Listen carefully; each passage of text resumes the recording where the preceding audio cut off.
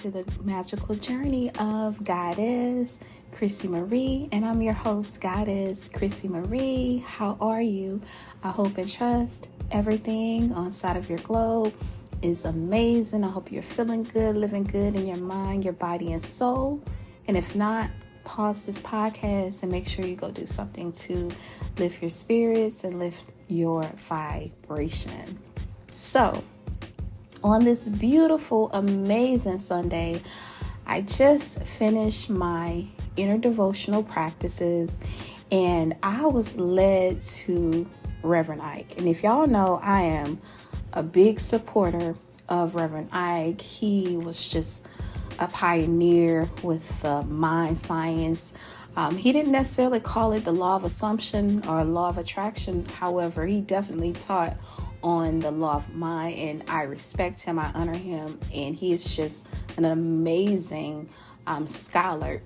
And what I love about him is he adds his own little to it and little jokes and just the way he talks, and it's a testament of how this information has been, how it has transformed over the years. But anyway, like I said, I was listening to his one of his lectures, and it's actually called Your Power of Fascination. And I'm so happy that I tapped into this lecture because it is so important to be careful about what you are fascinated with. And the thing about it, our fascination is not just about things. Fascination could be about like what type of people are you fascinated with, right? It could also be about what thought forms are you fascinated with. And what I mean is, men do this, women do that, gay people do this, straight people do that. This country is like this country is like that. Again, what are you fascinated with? Because again, he was talking about in his lecture, whatever you're fascinated with, you're going to get more of it, or you're going to draw it into your experience. And it made me remember and realize I need to be more laser focused on what I'm placing my fascination on, what I'm placing my focus on. And again, like, what type of people are you fascinated with? Are you fascinated with people that's living life, loving life, enjoying life? Are you're focused or fascinated with the struggle? Are you focused and fascinated with people that's angry about life? Again, what are you fascinated with? Are you fascinated with wealth and prosperity and attracting money, aligning with money? Are you fascinated with what they say on TV, what they say on the internet, or whatever in a negative way? Are you fascinated with that? And as I've always stated on this podcast, how I view life is similar to, I guess you can say, internet, right? Which means like you can go to any website and experience whatever is on that website, because everything exists. Like when you think about the World Wide Web, anything you could think about is on the internet, right? Anything. And of course, you cannot go to every website at one time. You can only go to one place at one time. And that's similar to our focus. We can't focus on everything at one time. That will pretty much run you insane. And I don't mean it in an ableist way. Y'all know what I mean. So you can only focus on one thing at a time. And my thing is, like I say, everything exists. What are you focusing on? And in which way are you focusing? Are you focusing on amazing health? Are you focusing on diseases and illnesses and all that stuff? What are you focusing on? Are you focusing on love? Are you focusing on how there's not enough of good people on the planet and there's piss in the dating pool? What are you focused on? Are you focusing on how you love yourself, appreciate yourself? Are you constantly thinking negative thoughts about yourself, how you're not good enough, and how you need to fix yourself, and how you need to heal yourself.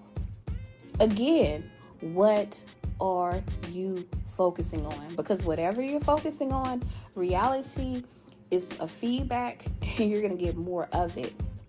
And that's why, shout out to Rev Ike again. He always says it's very important to assess yourself. Ask yourself in the morning, how do I think about myself?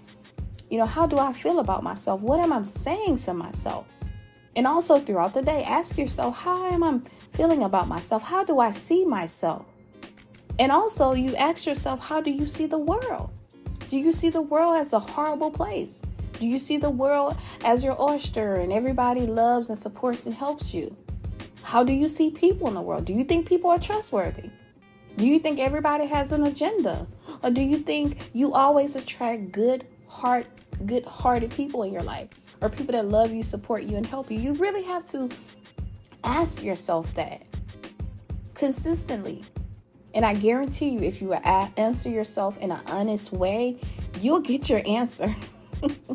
And if it's not something that you want, right then and there, you need to eradicate that thought, eradicate that feeling, and replace it with something that you want.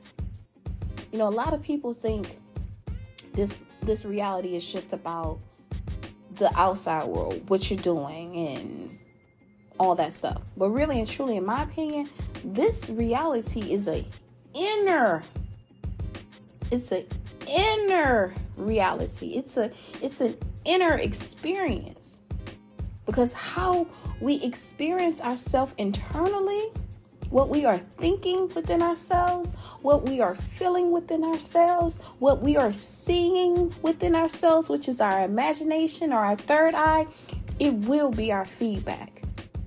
So that's why I always say it's so important to do your inner devotion practice, because in my opinion, when you become devoted to yourself, right, that means you are loving on yourself, you are supporting yourself, you are nurturing yourself, you are being consistent with yourself. So when you're doing that, when you go into your outer world, you cannot be swayed, because you've already spoken life into yourself. You already commanded life to be the way that you want. And you're not swaying left and right, because like I said, in this 3D reality, everything exists. But if you are grounded and rooted in your truth of love, joy, happiness, success, prosperity, and goodness, those are the things that are going to be reflected out. Those are going to be your feedback. And you don't have to fight with anything, because you've already set the tone within yourself. Because again, life is responding to what's not happening to us. And this is not to say that I always handle it in a perfect way. Y'all know on this podcast, I keep it 100. I tell you, I have my highs, sometimes I have my lows, but I can tell you my dominant frequency is amazing health, wealth, prosperity, success, divine love, good cheers, and harmony. And whenever I don't feel that way, yes, I'm going to feel the feelings and emotions. If it don't feel good, I'm going to allow it out. I'll express it. I'll curse. I'll stomp my feet. I'll cry. I'll write in my journal. But once I get it out, I'm not going to stay there. I'm going to choose a higher state of being, a higher state of mind, because I understand this reality is responding to who and what I say I am. And it's responding to what I'm fascinated with. It's always responding. And at any given time, we can stop and say, hey, enough with all of that. How do I see myself? How do I feel about myself? What am I thinking about myself? What am I thinking about the world? What am I thinking about the people in my world? And in my opinion, that is power. We are extremely powerful beyond our wildest dreams. And again, that's why I say it's important to do your inner devotion. And you can do it and set it up however you want. You can Google, search, different practices. whatever floats your boat. Hell, you don't even have to do quote unquote practices. You can just tell yourself things that will benefit you. And you do it over and over again. You become devoted to yourself. Make your practice, make your practice, I can't talk. Make your practice a devotion to you. Set time aside in your day to become devoted to you. Romanticize your life. Make it beautiful. Make it amazing. Do it as if you were going to do it for your beloved or somebody that you really like. And actually, you should be on that list. If there's anybody that exists on this planet that you love and you care about, you think are so amazing, cute, sexy, fine, blah, blah, blah, it needs to be you too. It needs to be you too. Nobody on this planet should be above you. How about that? Whether it's your lover, your friend, or a celebrity. And let me not even get on the celebrities, because a lot of times people be giving all this worship and praises and positive thoughts, thinking about these celebrities, but they don't think about themselves. Isn't that something? Those celebrities will tell you they're rich, they're successful, they're having an amazing life, and there you go visualizing and imagine them being amazing. But when it comes to yourself, you can't even think about yourself like that. That's out of line. That's out of pocket. You need to see yourself as that way too. And if it's hard, that means you need to practice more. Your inner devotion, it's a practice. And what is a practice? It's something that you do over and over again. Just like if you're learning to play basketball, you're practicing. If you're learning to play the piano, you're practicing. If you're learning about yoga, you're practicing. We're always practicing. So why not practice being devoted to yourself, being consistent to yourself? Because when you become consistent with yourself, when you become devoted to yourself, nobody can tell you about yourself. And before I go, there was a time where people would call me love and light, and I would get offended about it. And then I say, you know what? And I've spoken about this before. What's wrong with being love and light? What's wrong with being positive and optimistic? I would rather somebody say, oh, she's so love and light, she's so positive and optimistic. I would rather somebody say that than call me a negative Nancy. I would rather people say, ooh, every time she comes around, she has good vibes. She has good energy. I've had people call me sunlight. They feel my light when I come around them. I would rather that than somebody say, oh, she's a negative Nancy. Every time she comes around, I feel a dark cloud. But either way, it does not matter. It's not about what people say and how people see me.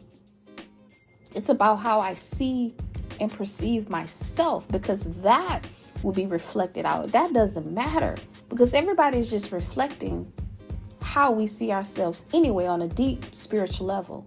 So your focus should not be on what people say about you. It should be about what you say about yourself, how you feel about yourself. That's the most important thing. What are you fascinated with? So I am so happy that I went in my archives and started back listening to Rev Ike, Your Power of Fascination, because it's so healing for me. And you can go to his website. Just Google Rev Ike, and I'm pretty sure his website is going to come up. Matter of fact, he's on YouTube. But yes, Rev Ike, he is an OG. He is definitely a GOAT, a VIP. Anytime I'm feeling some type of way or I just want to feel charged, I'll go listen to him. He is definitely one of my top influences of this century. Ashe to him and his legacy. So on that note, I absolutely appreciate you. Thank you for supporting me over all these years. And you know, I love you a long time. From this lifetime to the next, to the next, to the next. Peace.